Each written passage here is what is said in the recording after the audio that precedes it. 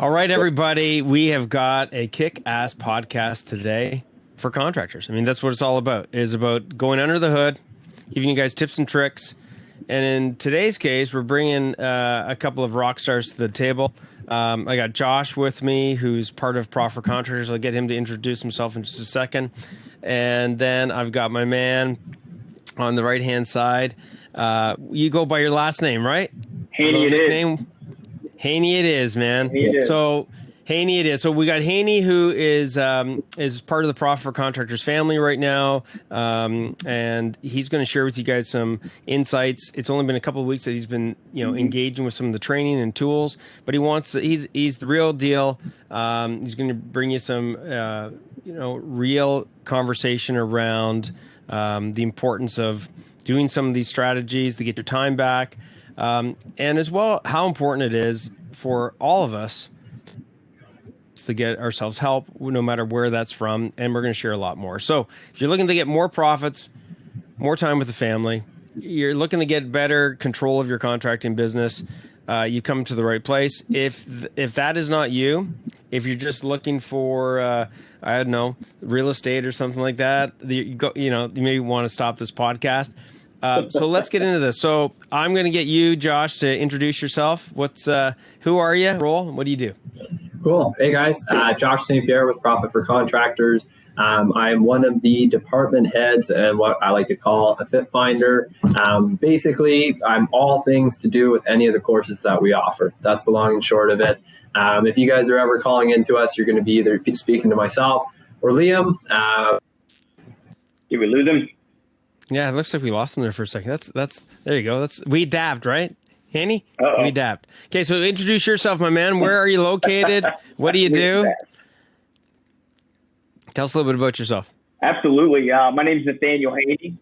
Yeah, name's Nathaniel Haney, owner and operator. And I really like to hone in on that operator side of things because I don't just own a thing and tell people what to do. I'm hands-on every day, interacting with our contractors, subcontractors, employees, constantly out there with the investors. But I'm an owner operator of Red, White, and Blue Property Management, which our DBA is Red, White, and Blue Property. Love the name, dude.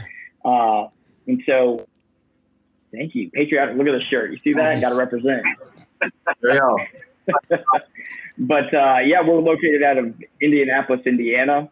And we have the great opportunity to serve Central Indiana and our investors' home rehabilitation needs with the focus on maintaining and improving profitability of our investors' property. Nice.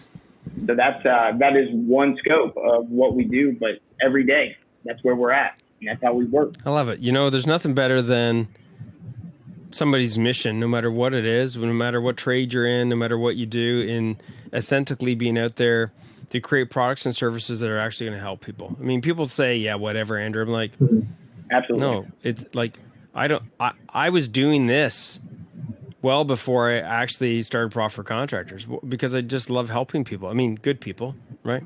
Let's help the good, right? Become better and great. Yeah. So, Josh, you cut out there just for a second. So tell us a little bit about yourself quickly. Yeah. So I don't know where we left off, but I guess the long and short of it, guys, is so I'm all things to do with courses. So I'm the course department head with Profit for Contractors, and I like to think of myself as a bit of a fit finder. So if you guys are jumping on the call, it will be with myself or with Liam, just kind of depending on where we think you guys fit best. And yeah, I guess our overall mission really is to help as many contractors as possible. I mean, like Andrew had mentioned, he was an electrical contractor ever before this. I was in the trades for almost a decade out of high school, a little bit of electrical, a little bit of carpentry as well. So yeah, man, we know what you guys are going through, right? So the overall goal is to just help as many contractors as we can. Totally, man. Absolutely. So I think one of the biggest challenges that contractors face, and I know, Haney, that you were saying that you're not a skilled tradesperson, anything of that nature, like as far as like I'm a licensed electrician and what have you. But regardless, you have a contracting company, and one of the challenges with being an owner of a contracting company is that there's a lot of moving freaking parts, right? There's a lot of shit going on. True? Yeah, that is true. Yeah, it's like the undiagnosed version of like schizophrenia in the sense that like you're like, okay, I'm the sales guy. Oh, Now I'm like project coordinator. Okay. Now I'm the right HR. Okay. Now I'm like, okay, which hat am I wearing? Right. So, Right. So let's talk a little bit about your journey. And I think everybody listening in, what I want you to think about is yourself. Okay. I want you to think about some of the challenges you have. I want you to think about, how hard you've been working, no matter how many years or decades, to try and create a great business. Okay. And if any entrepreneur, especially in the trades, like that owns a contracting company, was to tell me it was easy, I'd be like, okay, you're in a different hemisphere. Okay.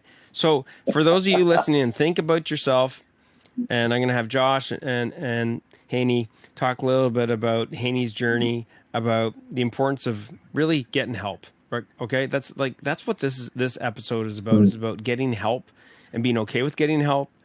The pros and cons of the pros of getting help, the cons of not getting help, and what kind of help exists in a very short period of time if you're willing to get the help. Okay, so maybe I'll get you, Josh, to kick this off as far as maybe let's start asking Haney some questions around like journey and things of that nature. Let's get rock and rolling. Ready. All right. So is Josh frozen again? What's going on here? Either that or he's really still. I guess he's having some technical issues. I'm impressed at his stats. I know, eh? It's amazing. Right? He's like the code of silence right now. So let me ask, Josh. I'm not. Just curious, dude. What Wi-Fi the one in the main office here. Yeah. Does it say guest on it? Out of curiosity? No, sir. Just want to make sure. Yeah. By the way, everybody, isn't this just like running a business, isn't it? Like, I mean, oh my God, we got a curveball. Oh yeah. What do we do? That's it. Right? That's exactly right. Adapt and overcome. That's it, man. I love it. Resiliency, man. Like seriously, take the hit, give me another hit, make it as hard as possible, because we're just going to smile right back at you and say, okay, now it's time for us to come off the ropes, right?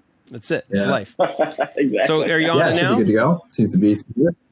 Okay, let's rock and roll. Okay, dude. So Josh, tell us a little bit about tell us a little bit about you and Haney and your guys' journey. Yeah, well, it all started one morning when I gave the young gentleman a call. And but it was just, I guess, Haney, like, you'd be able to talk to it best, right? Like, you booked in for the call with us, gave you a shout. You picked up for the call, which that was definitely the first step in the right direction. And I set an appointment.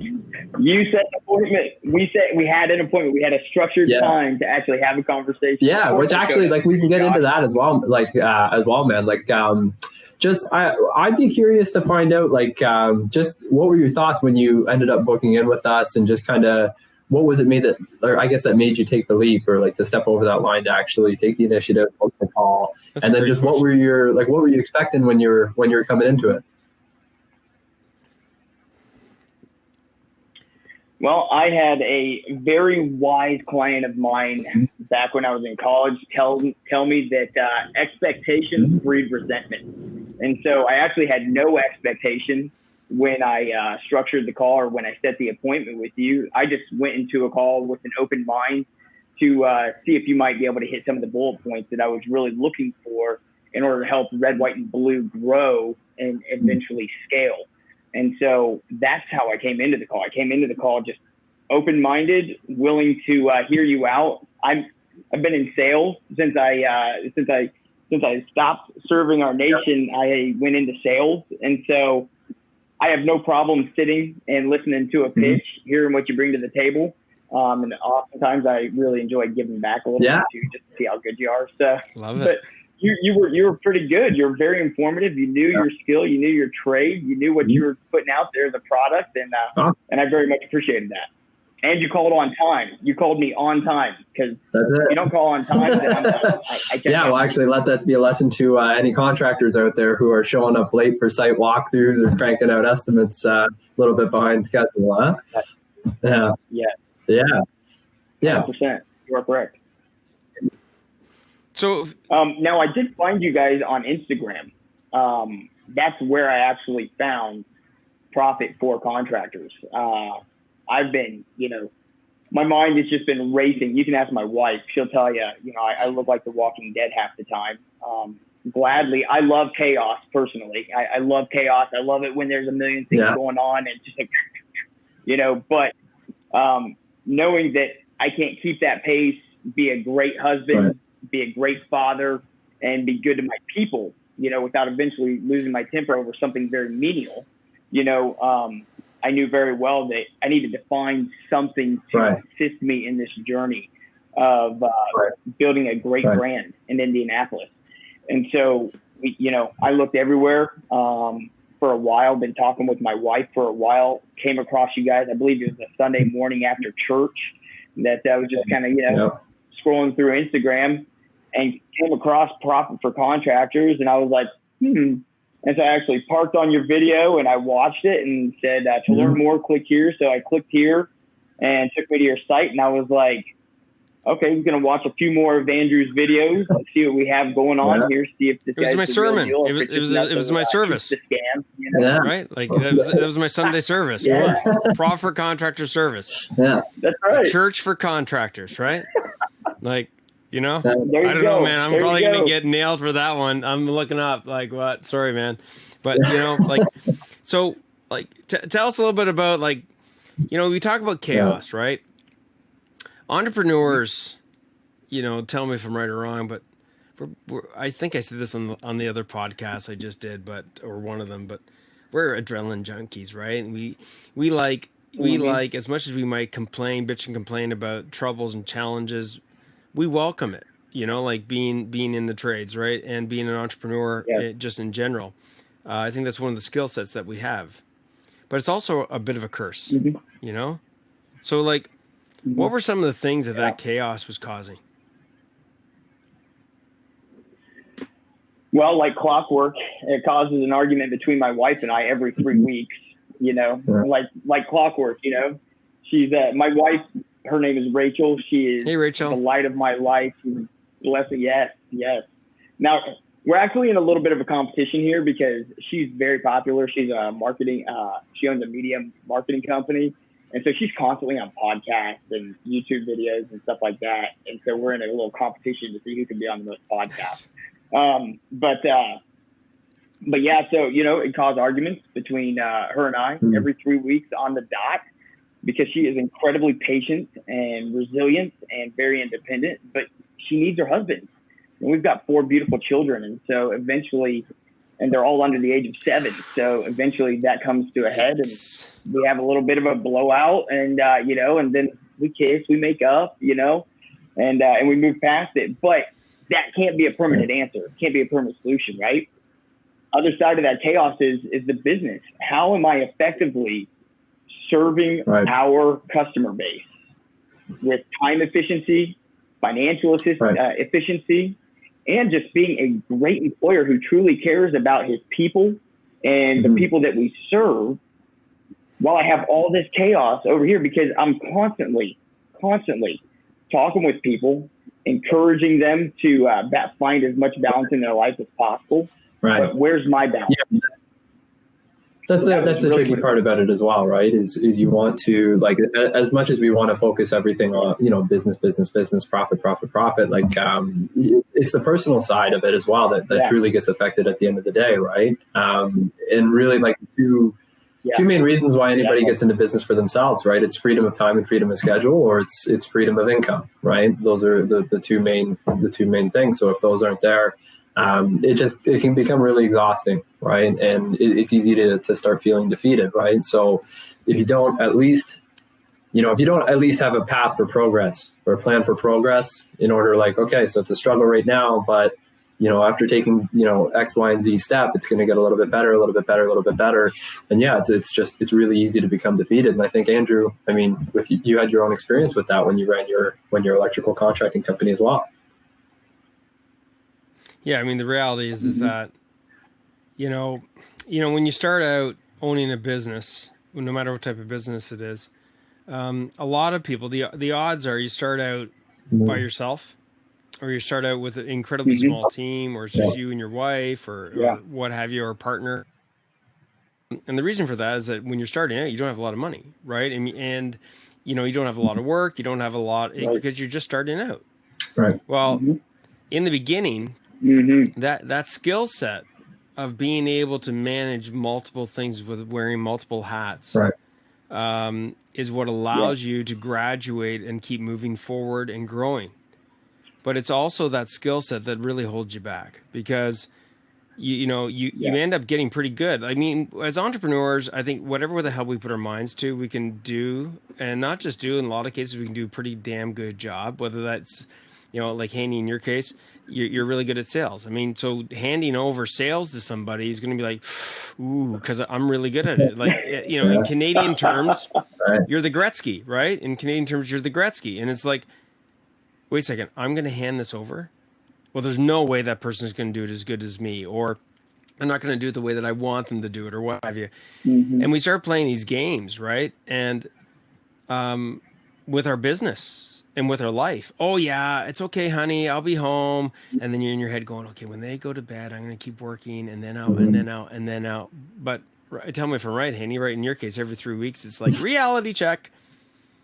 Yeah. No, you hit the nail on the head, 100%. Yeah. So... And you know what? My wife, and I'm sure it's the same for everybody, is just asking for a plan. Totally. Hey, give me some insight, They're just asking for a plan. They're asking for some kind of structure. When can I expect you home so I can make dinner for the family, and I can tell the kids when to expect daddy through the door? You got it. It's really what it comes down to. And when you don't have structure, it's like, that's a good question. I will call you at 6 o'clock tonight and let you know when I'll be home. Exactly. So, Josh, you and Haney had a call. Let's go through a couple of different steps here. And by the way, as you're listening in on this, am I and Josh and Haney going, hey man, for those of you that think that whatever we cover off resonates with you, that maybe you should raise your hand and get some help? Of course. Okay. I'm not going to bullshit you. In order for us to help as many contractors as possible, one of the ways is for you to keep listening to this podcast and hopefully walk away with some tips and tricks. Another way is for you to raise your hand and get some help. But is it really going to be worth your time? Is it like, what the hell are these guys going to help me with? I mean, are these guys even, is this Josh guy going to does he even know how to help me? And what the hell is he going to cover off? So regardless if you engage with us or not, you should be asking those questions to the people that you're reaching out to get help with. If you're reaching out to get help through an accountant or bookkeeper or lawyer, you should be asking, is this person really the real deal? Are they going to fucking really help me? And can they relate to me? And do they have something that they can give me that I can actually fucking use and apply? Like, I don't know. Those sound like good questions to me. I don't care if you're buying a goddamn car or what, right? Aren't we in the best time in history for that right now? I mean, YouTube, Instagram, Facebook, Google, the internet. You can literally look anywhere. Now, personally, I prefer Profit for Contractors, and I'm sure you guys will ask me more about that in a minute, because it has just really helped me hone in what it is I can do.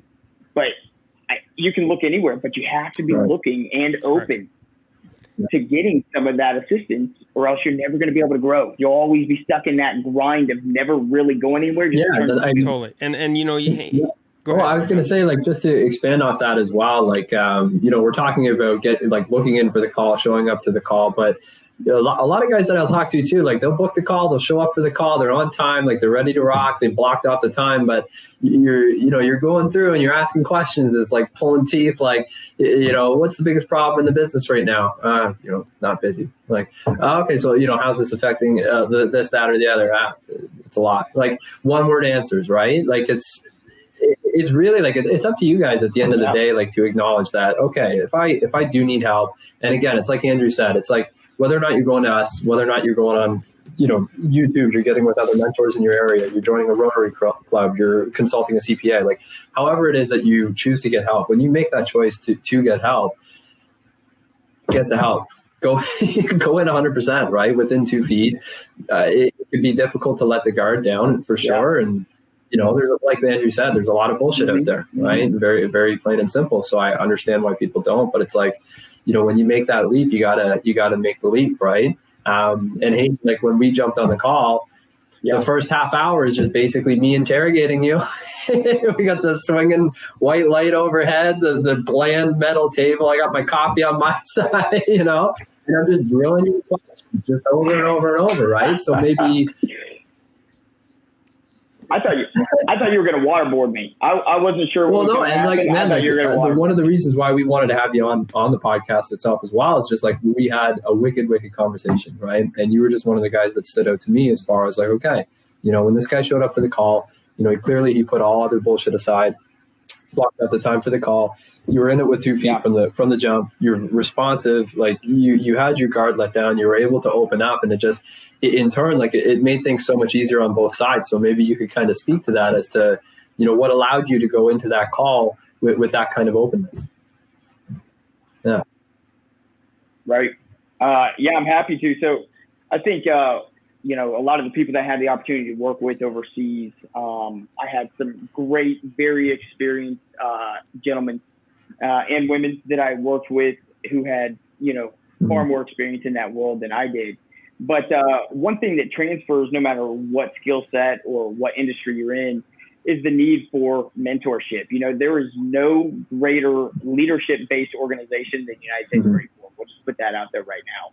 And they exude that every day at every level in the Marine Corps, sometimes successfully, sometimes not. But at the end of the day, I had an incredible staff sergeant, gunnery sergeant, who shared some really key points with me about being open to criticism, both positive and negative. I'm not Snowflake over here that is afraid to take criticism. If you have something that I did wrong, please share it with me so I can improve on it, And so from that perspective, I then went into the financial advising world. And when I went into the financial advising world, I got the same advice. You read Think and Grow Rich. You can read up and you study the people that are really successful, very wealthy, and that take care of people on a daily basis. And they will all tell you to be open to something that you may not have experienced yet, or someone who may not have provided you with coaching. And so I went into that world. I got guys like Ed Milet that were mentors to me, which half the world has heard of Ed Milet by now. Jeff Levitan, so many people that just breathed life into me and said, hey, be open to conversations that you wouldn't typically want to have just because they're uncomfortable. And so you showed up to the appointment on time. When you have that conversation with me and you want to start asking questions, man, I want to get better.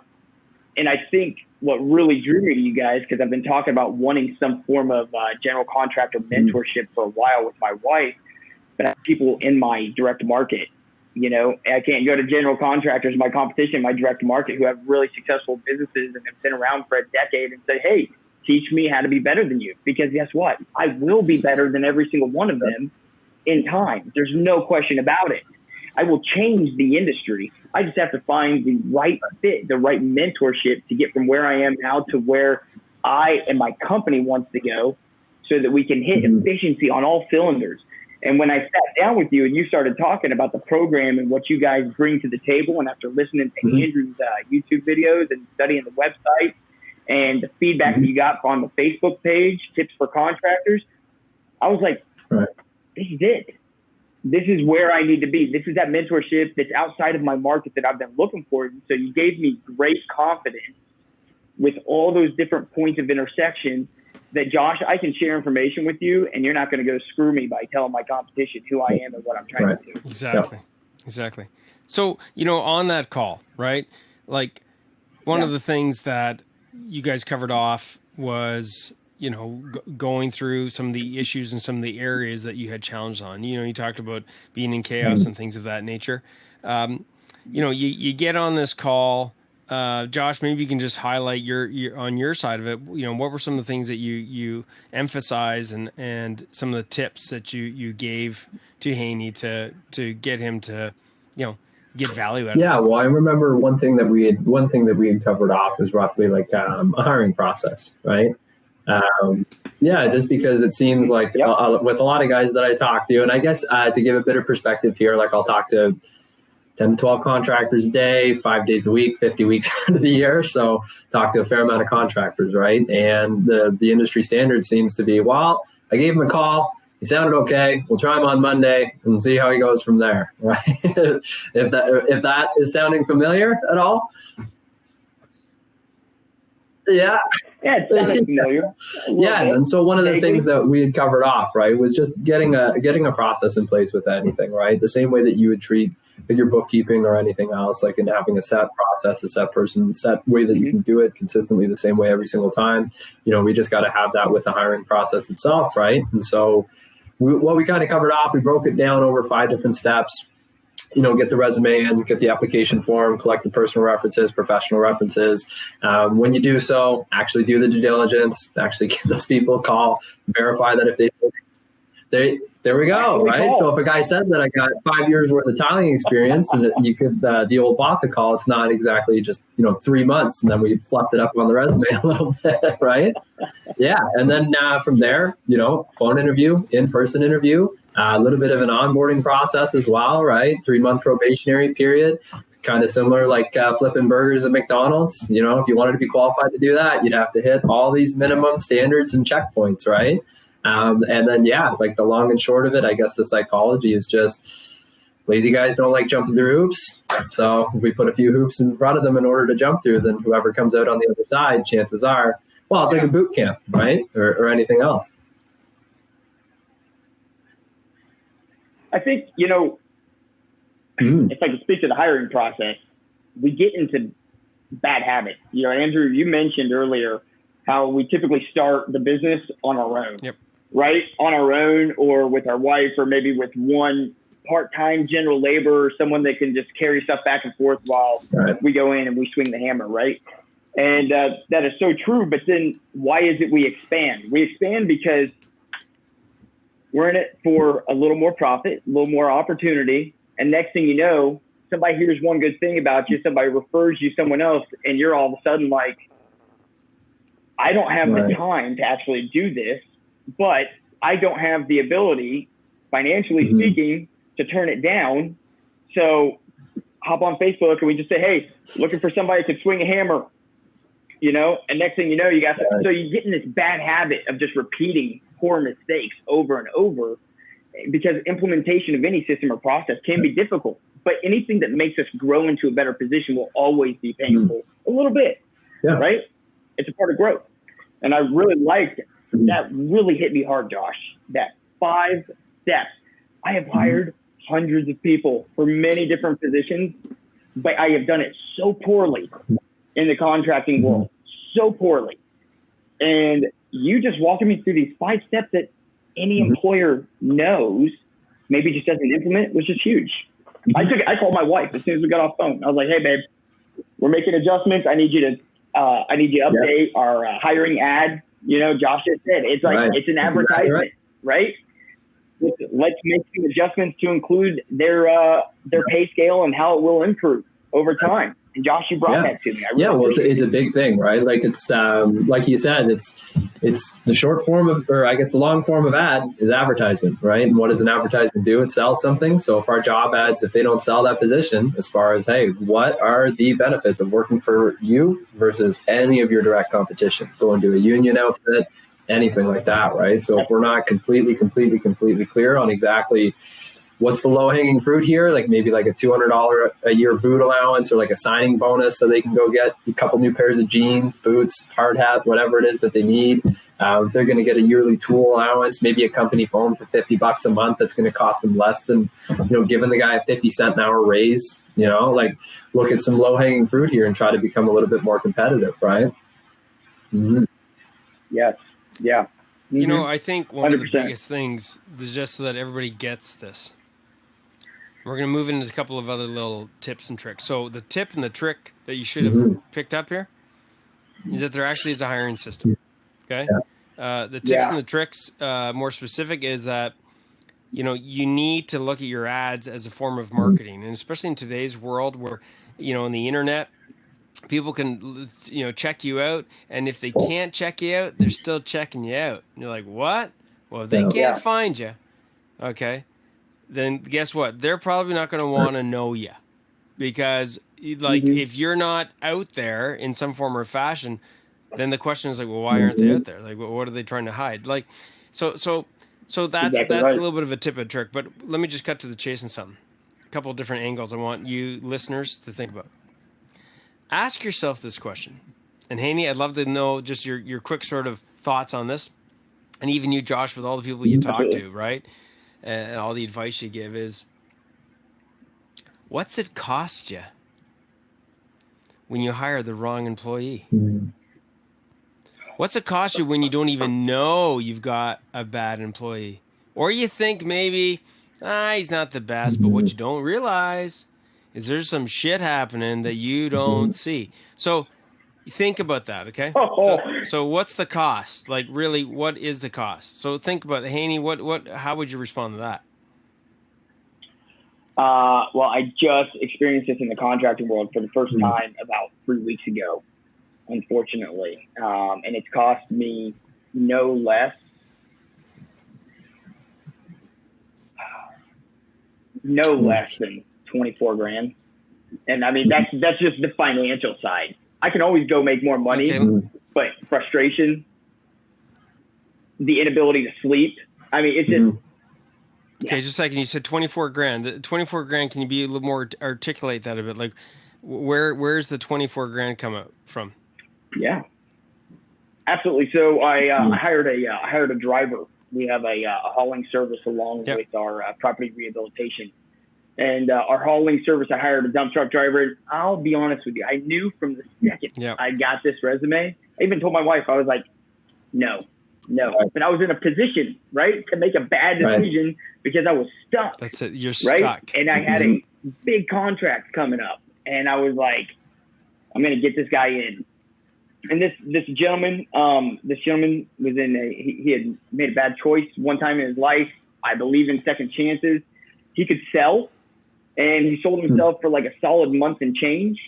But what I didn't know, in the back of my mind I knew, in my heart I knew, but what I wasn't addressing is probably the better statement, is he was definitely talking to that contract behind my back, to which I found out he was going over to the contract house after hours, kicking back some brews, smoking some Cuba, and with his contract. And next thing I know, they start complaining about him. They're just like complaining. I'm like, okay, this is getting exponentially worse. Well, I was in a position at this point where I was really stuck, right? Because I had gotten called up on some orders and had to go do some stuff, and all while I was gone. So I'm like now juggling, some kind of disciplinary action over here, along with being somewhere else, geographically speaking, and then also trying to manage the situation with the contract. And lo and behold, I gave the guy one more chance, third chance, shouldn't have done. And then I had to let him go. Well, as soon as I let him go, guess what happened? That contract picked him up for what they had hired us to do on their behalf. And just totally. Now, was this a client that you did work for in the past? Yeah, we had just started. We had just picked up this service on their behalf, and so we'd only been working the contract for business? About 2.5 months. Repeat business. We were a preferred hauler. So just a second. So I'm gonna give you some coaching here. Yes, sir. Maybe Josh, you can give some insights on this. How is it that I'm not seeing it? We're not seeing it as just 24 grand. Oh no, it's much more than that. I'm talking the last 2 months. Right. So think about the lifetime value. Right. No, seriously, everybody listen. Getting heart palpitations over here, Andrew. Pay close attention. It hurts. Haney, right? Haney and I, and Josh and I, we haven't talked about this, but think about this. Lifetime value. Imagine if that guy just gave you 2 contracts a year, and you're able to keep these guys for 5 years. Right. Yeah, that's $250,000, everybody. So understand these little 24 grand, which that's nothing small. Oh man, I shouldn't have hired this guy. That's 2 months. That's just 2 months, man. That's just 2 months. That's just 2 months, right? Yeah. So Josh, what do you see on this side regarding on the hiring front? Like what do you see regarding, other situations where people hire people Like when you get on the phone? Yeah, I mean the most common ones are just basically this guy says he's got 5 years experience. It's actually only 5 months. I've just burned 2 weeks babysitting this guy, holding his hand, and then he decided to up and quit on me anyways, and now I got to start all over again, right? Another classic would be just basically the reliability issue, right? Told this guy to show up on Monday. He comes in at 11 a.m. Next 2 days in a row, he doesn't show up. But then the following day, he's on time. The worst part about it is he's actually skilled. So I don't want to let him go because he's one of my best, most highly skilled workers.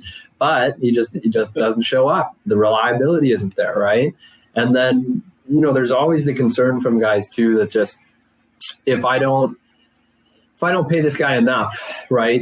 Or if I let him in on anything to do with the back end of the business, right? So maybe some key metrics or any kind of information to do with the finances, right? What's the actual profit on the job? What's the sale price? Why is it that we got to get this done in a certain amount of time? Why is it that we're consulting other sub trades because we've fallen 2 days behind to try to get this thing back on schedule? Like you try to let these guys in on the back end, right? But I'm scared that once they know and they see the profits that they're going to want to leave, go do their own thing. And, why do they need me for employment, right? So those are kind of the three biggest that I tend to see.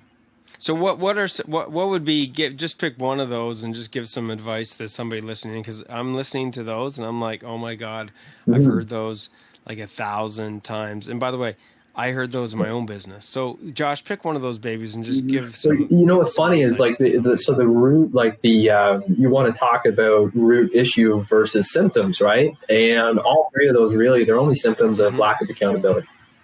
At the end of the day, if somebody is not accountable, it's going to cause all three of those, right? So as far as the poor reliability, as far as, not necessarily appreciating an opportunity that they have and wanting to go elsewhere, just with any of it, right? So, and even still, it comes down to the hiring process. It comes down to who we're tailoring our ads to, and et cetera, et cetera, et cetera. So one of the I guess to give a quick story as well. So I used to, basically born and raised Ottawa, Ontario, used to live up in really, really northern British Columbia for about 2 years.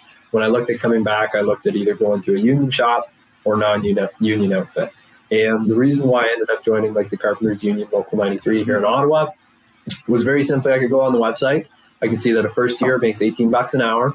Second year is 23 with $6 an hour pension, full benefits, the works, right? And then all the way, like you're getting about $5 an hour until you're ticketed, making almost $40 an hour as a journeyman. Pension, benefits, food allowance, vision allowance, the works, right? Pretty damn good offer. So even with me having prior experience, I didn't know that because I had worked as a laborer with all my previous companies, so I'd never actually gotten into an apprenticeship or anything like that. So I didn't know if they were going to start me first year, second year, third year. But as soon as I saw that $40 an hour, right, $6 an hour over beyond my hourly wage going into my pension and getting my benefits and everything like that, I could give a shit about $18 an hour in 3.5 years. This is what I'm going to be making, right? So how can we use that to create accountability within our own companies? It's just showing like wage scales in job ads, right? If you start your guys at $15 an hour, you give them $2 an hour a year bump. Clearly define the offer, right?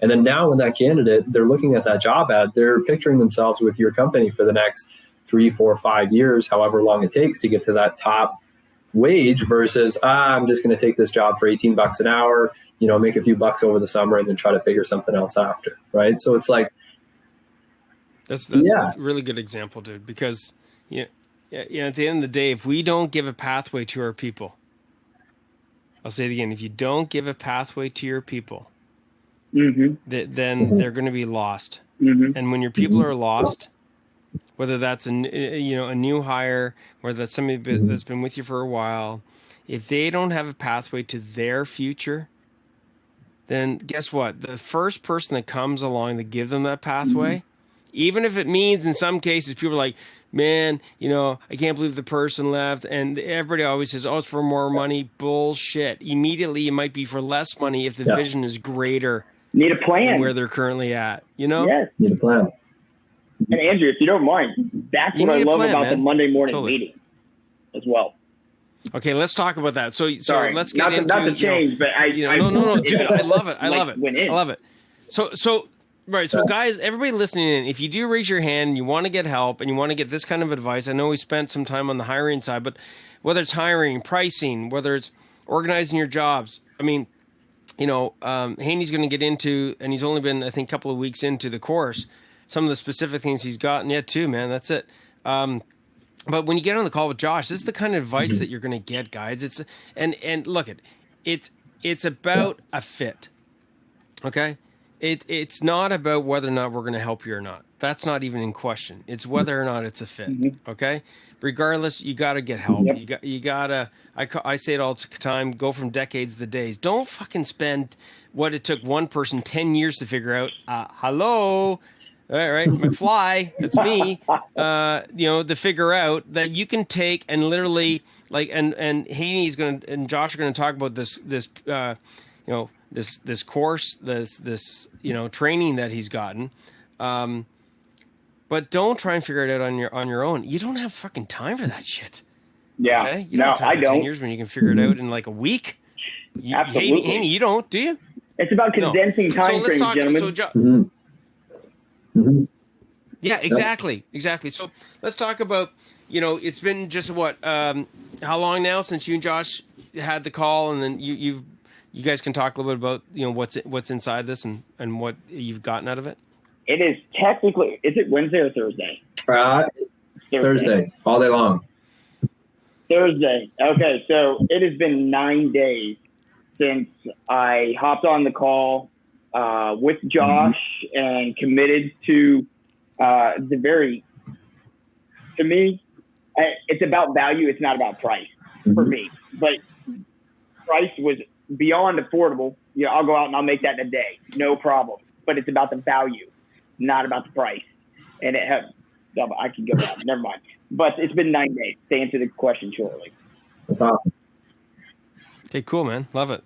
Okay, so tell us a little bit about, I don't know, Josh, maybe you want to ask some questions around what this journey.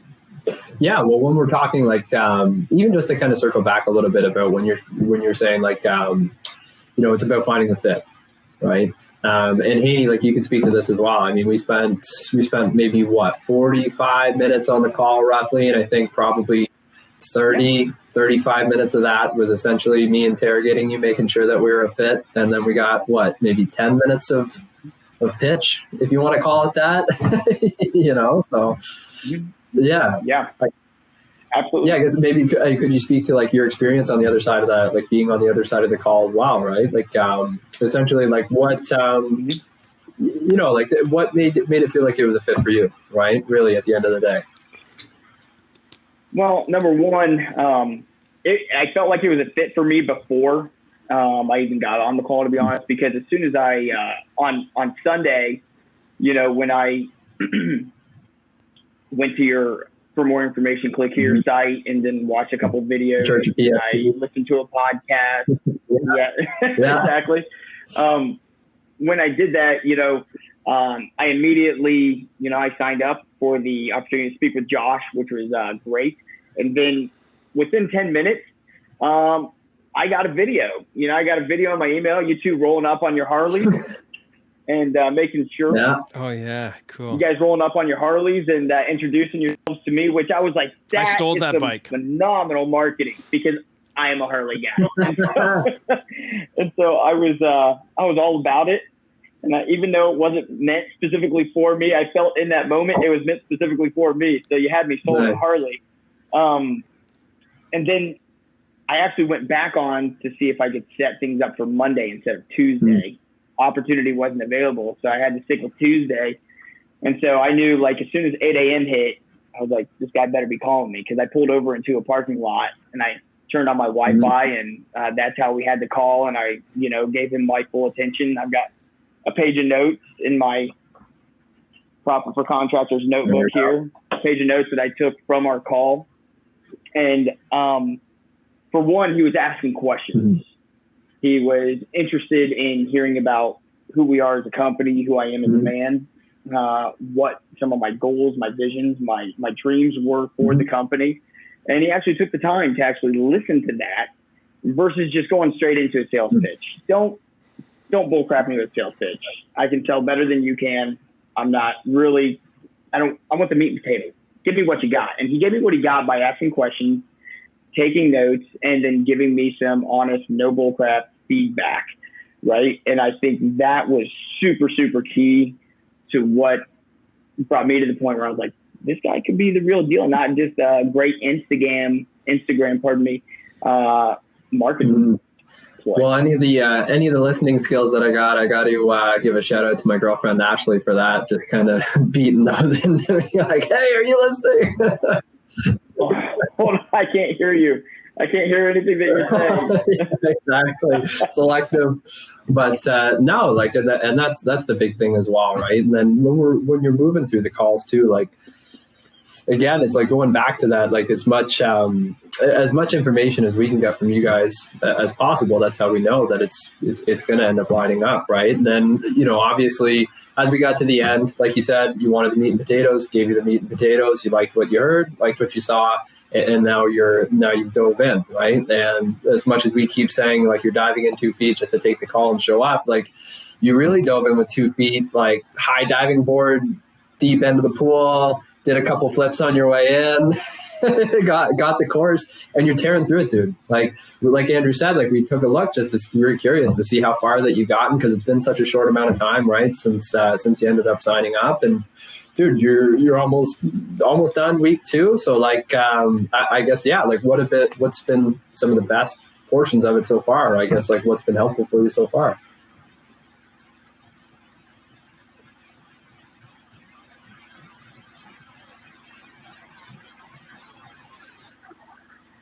I'm not sure if you can. Haney, can you hear us? Come in, Haney.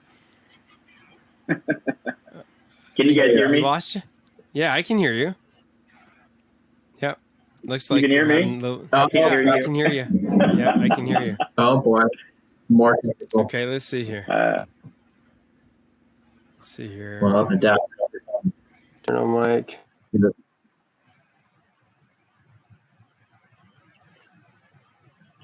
Either that, or I'll have to get one of the flip boards from the other room and a magic marker and just start writing out messages.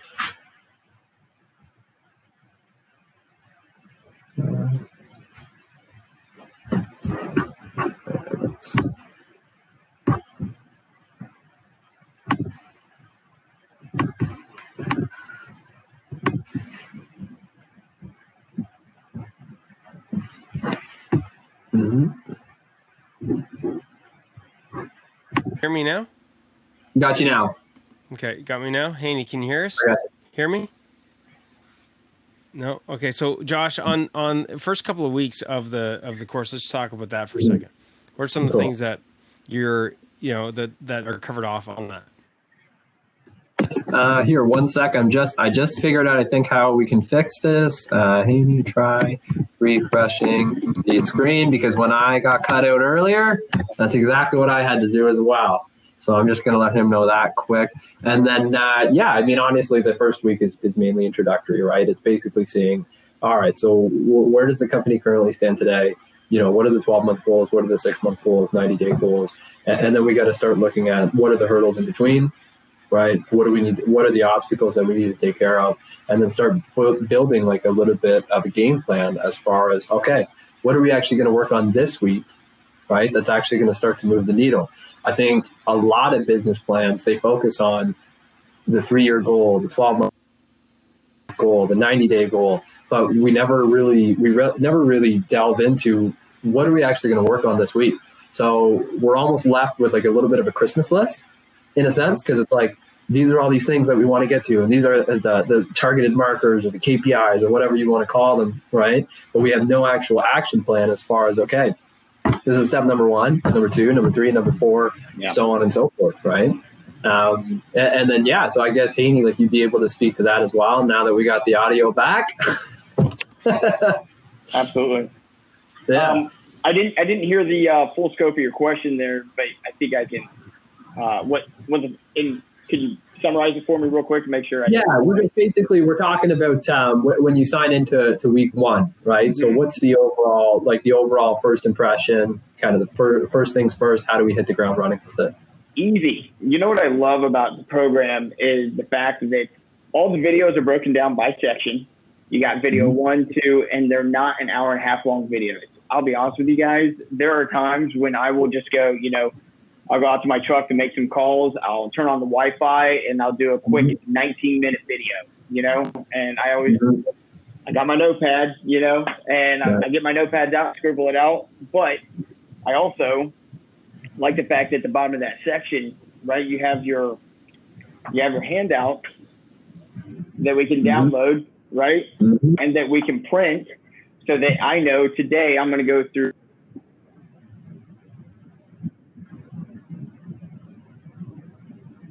videos, make sure my name's on with what it is that we're going to go through. Nice. And so it's been just super, very user friendly, and I appreciate that. Nice. That's awesome. Yeah. And then obviously, like, as you start to move into week 2, like, it really starts focusing a little bit more around time, right? And I guess I think I use this line a lot on calls, so I probably said it to you over the phone as well. But just, you know, I talk to a lot of contractors in a given month, year, whatever the metric is that you want to call it. But there is nobody that has given me a call to let me know that they have more money than they know what to do with and all the time in the world to spend it either. Right. And obviously, you know, and whether or not, like, you're getting help through us, if it's somebody else, if it's going to a CPA, like, if it's doing another program, you know, getting help, obviously you're adding something additional to the plate, right? And this is an additional scope of work. This is another thing that's going to not take away focus necessarily, but spread focus, right? And that's really the challenge with it. But that's why that second week, like, it's all focused on, okay, so how, like, let's do a time study, right? Let's see, what can we afford to put towards this course, right? How can we block it off? How can we default the calendar? Like, how can we make these, I guess, our time a little bit more principled and a little bit more rigid and a little bit more scheduled as well? And really what it's meant to do is try to give you guys a little bit of time back to use towards the course as well. That's where a lot of the whiteboards are coming in, which I see a very shiny white wall behind you. So maybe you can fill us in on just how it's going for you. Well, I refer to myself as a whiteboard horse, so you're going to have to pardon my expression there. I love whiteboard. Because no, seriously though, because you know, in one of my offices, literally every wall from floor to ceiling is whiteboard. You know, we call it the idea room, because you can literally all the way around, ceiling to floor, nothing but whiteboard. You know, I have these days where I'll schedule out. We just had one 2 weeks ago before I met you guys. I call it the good idea fairy day, right? Where we take into mind whatever ideas anybody has. Doesn't matter how realistic it is, but I just say put it on the board. We will sit in this room for 6 hours, just put it on the board, whatever idea you have. And if it's something we can realistically put into motion with the assets that we have on hand, we'll put it in motion, right? So whiteboards, got them all over the place. My wife is trying to constantly get me to sell whiteboards because I have so many of them. But that being said, you know, the Real Estate Investment Association that my wife and I work very closely with, the Central Indiana Real Estate Investor Association in Indianapolis. It's a co-working space that we have the ability and opportunity to be a part of, and we rent space out of every single month, and that's what this space is. And it gives us the ability to have lots of different offices around Indianapolis, depending on where we're working on a given day, if I need to be close to the troops that are in the field.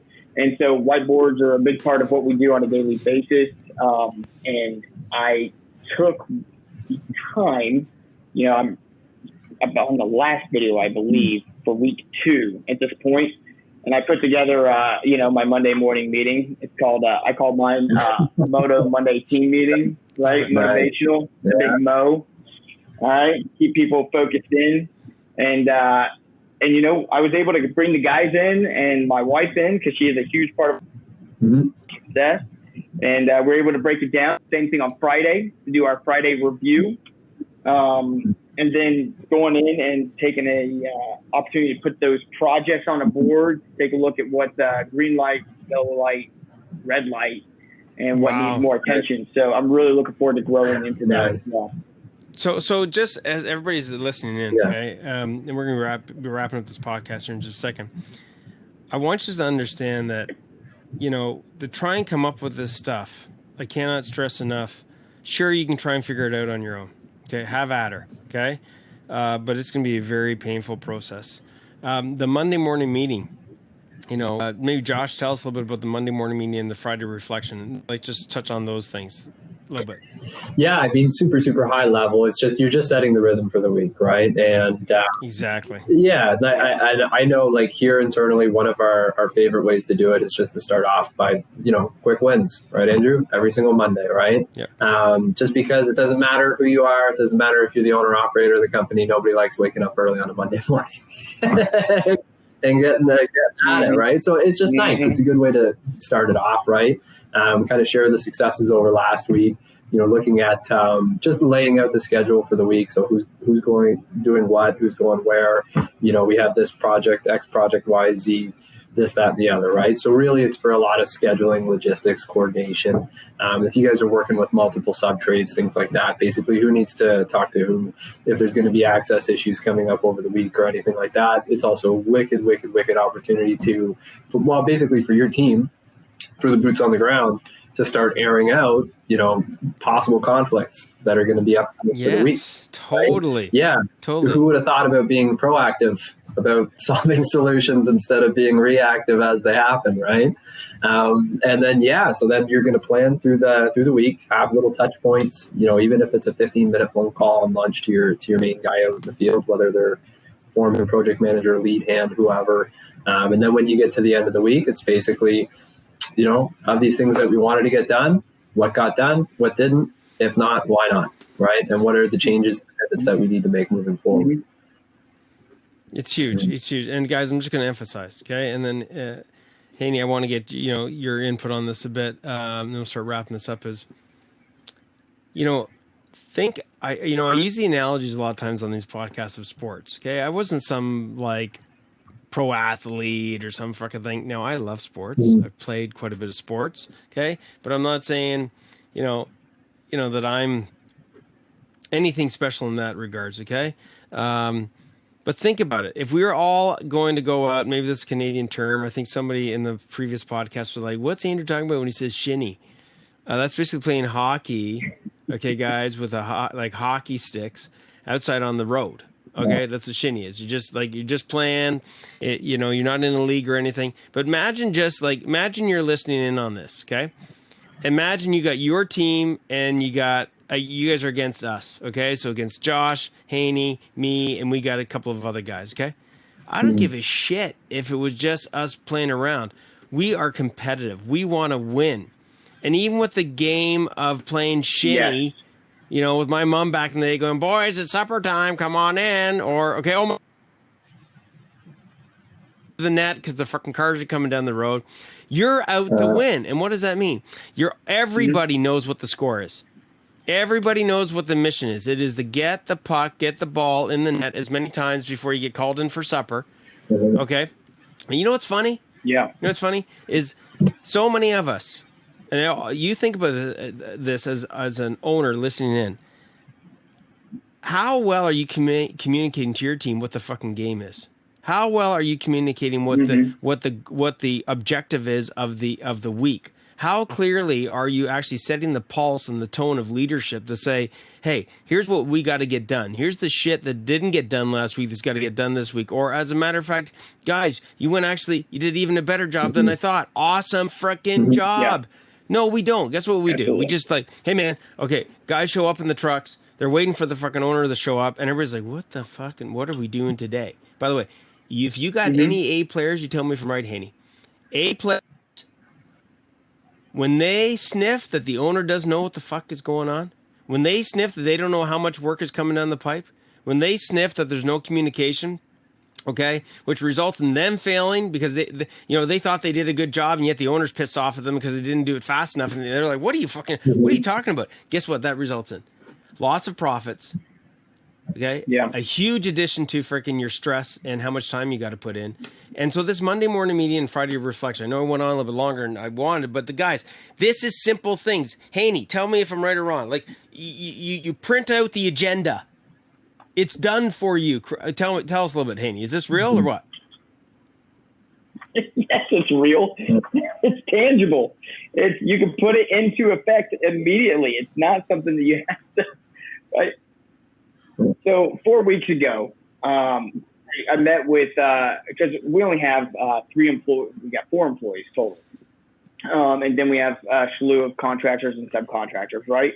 And so I sat down with everybody for an hour and just said, how do you feel it's going? What do you have going on in your head? Let's get it out of your head and onto paper. What can we as a company do better from your perspective? And let's see what we can address and what we can put behind us. Because obviously on a job site, you guys have experienced, we're dudes. We occasionally, and some ladies, dudettes, right? There are some people out there that get really hot on a job site and everything is, you know, I'm the angry elf. I'm the angry person, right, on the job site. And sometimes they need that place to vent, right? They need that place to just let their grievances out and then it's gone. But if we never give them an opportunity to air that grievance, we run into frustration levels that just build and build and build until they spill over, right? So we sat down 4 weeks ago, and one of the things that my field operations manager had on his list of things he'd like to incorporate and immediately implement was to have a couple meetings a week as a team where we could touch on these points. Now, I knew, conceptually speaking, as I shared before, that it was very important to do that. Right? Overseas, anytime we went out on a patrol, a mission, or operation, you know, we sat down and we broke down the mission. It's called an after action review, right? To see what we could do better next time we go out, what we learned. And I just couldn't figure out how to implement it. I gave into the system, right? And I said, okay, these guys have significantly more experience than I do in this field. I came to them seeking assistance, looking for an answer to so many questions.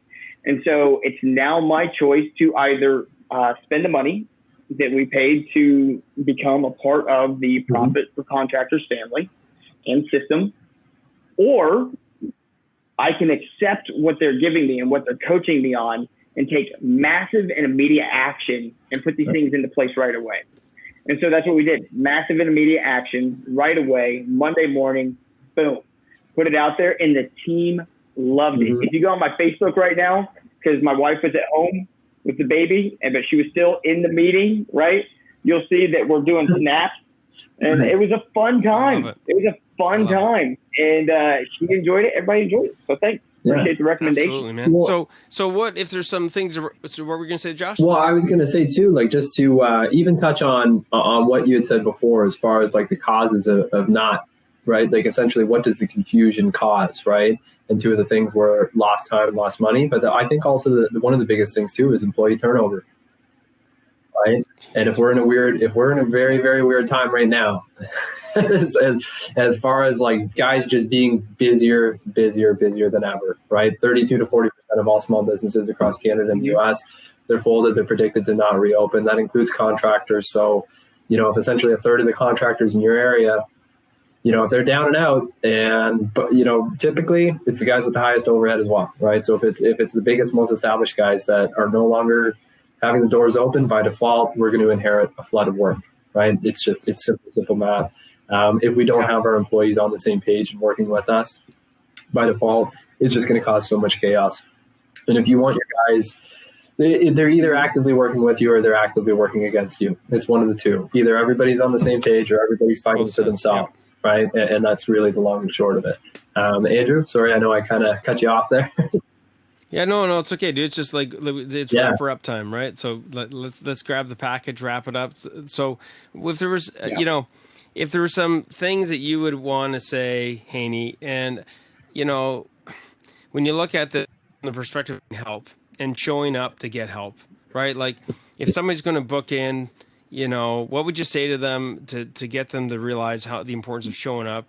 And for those of them that are on that call, you know, or not, the importance of, you know, finding something like this that can actually help accelerate their success? What would you have to say to that?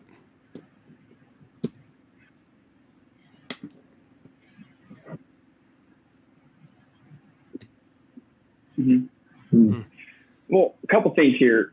Number one, your success is a matter of priority, right? Is it a priority to take care of your family? Is it a priority to take care of your company? Is it a priority to avoid arguments with your other half? You know, not being at your kids' games, right? Yeah. What are your priorities? Now, I'm gonna take 2 side steps and swing back into this. Is that okay with you, Andrew? All right. So the day that President Trump shut down the United States because of COVID, right?